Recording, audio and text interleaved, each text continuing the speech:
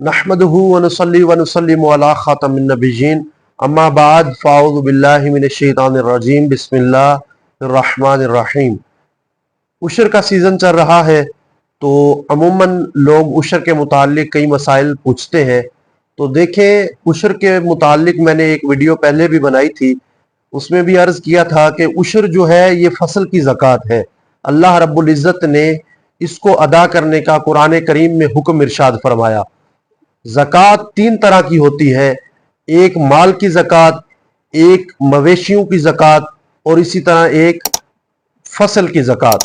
یہ عشر جو ہے یہ فصل کی زکوٰۃ ہے، لیکن مال کی زکوٰۃ اور یہ فصل کی زکوٰۃ ان دونوں میں کچھ چیزوں کے اندر فرق ہے، ان کا نصاب بھی الگ الگ ہے۔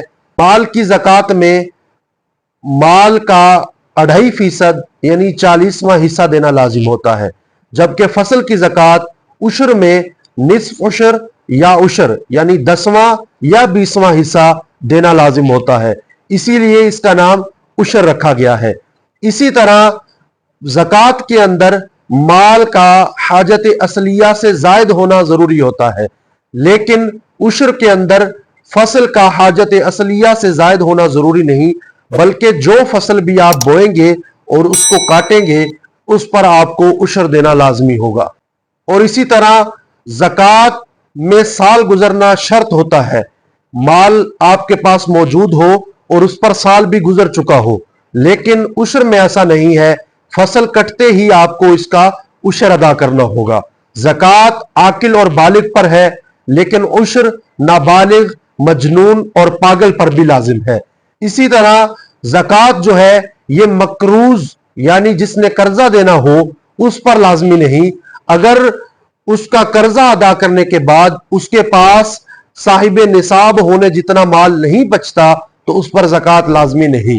لیکن عشر کے اندر اگر آپ کی گندم یا کوئی فصل بھی آپ نے کاشت کی ہے اور اس کا ثمرہ حاصل کیا ہے تو آپ پر جتنا بھی قرض ہو لیکن آپ کو عشر ادا 100% کرنا پڑے گا۔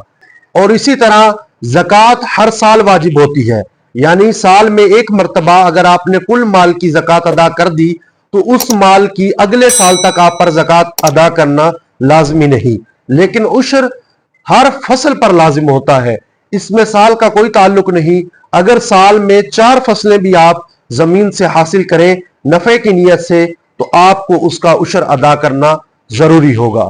اللہ رب العزت سے دعا ہے کہ اللہ رب العزت عمل کی توفیق عطا فرمائے، آمین بجاہ خاتم النبیین وصلی اللہ تعالی علیہ وآلہ وسلم۔